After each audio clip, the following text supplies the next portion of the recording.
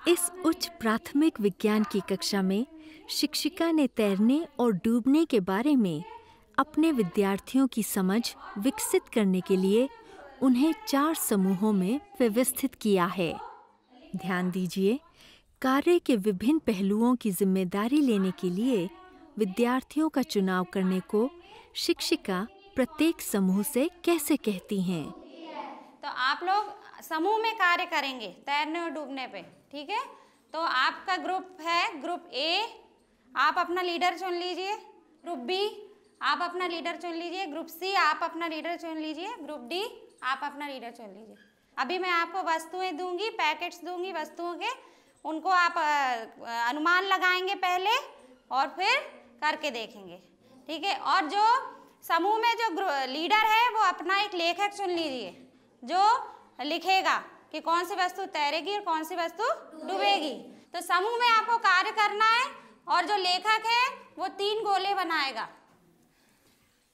पहला गोला बनाएगा जिसमें लिखेगा तैरना, और दूसरा गोला बनाएगा जिसमें लिखेगा डूबना।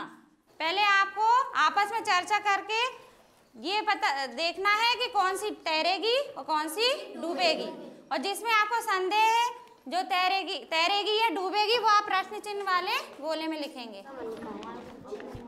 कैसे तैरेगा?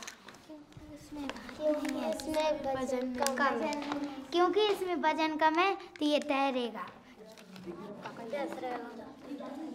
पैसा डूबेगा या तैरेगा? डूबेगा।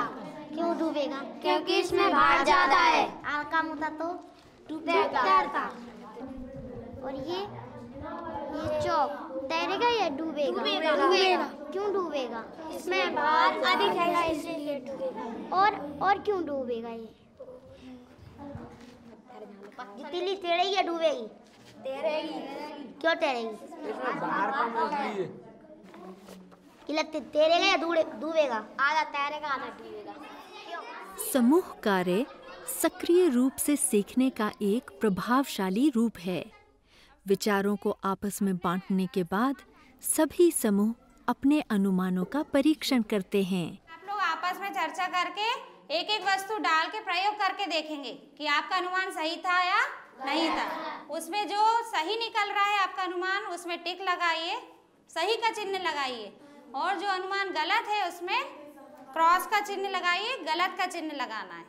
फिर उसके बाद ये वस्तुएं क्यों डूब रही हैं और क्यों तैर रही हैं वो आपको दूसरी वाली शीट में लिखना है, उनके कारण। ये चम्मच डूब गया, सही है। ये भी हमारा अनुमान सही था, ये डूब गई। यार ये भी तैर रही है। आधी तैर रही आधी डूब रही। देखो पूरी तैर रही। इसमें भी हमारा अनुमान सही करा, हमारा अनुमान सही निकला।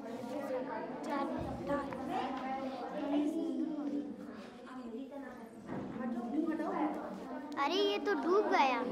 पहले ये तैरा और फिर ये डूब गया, ऐसा क्यों हुआ बताओ? क्योंकि उसमें ये पानी के मारे वो गल गया, इसलिए वो घुल गया, वो भीतर चला गया पानी के, उसमें बोझ हो गया, पानी भरा गया, इसलिए वो बाहर आधे। पहले क्यों तैरा था ये बताओ? क्योंकि वो सूखा था इसलिए।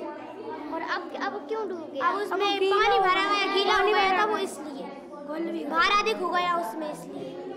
पाठ समाप्त होता है एक प्रतिक्रिया सत्र के साथ, जिसमें शिक्षिका पता लगाती हैं कि उनके विद्यार्थियों ने क्या सीखा है।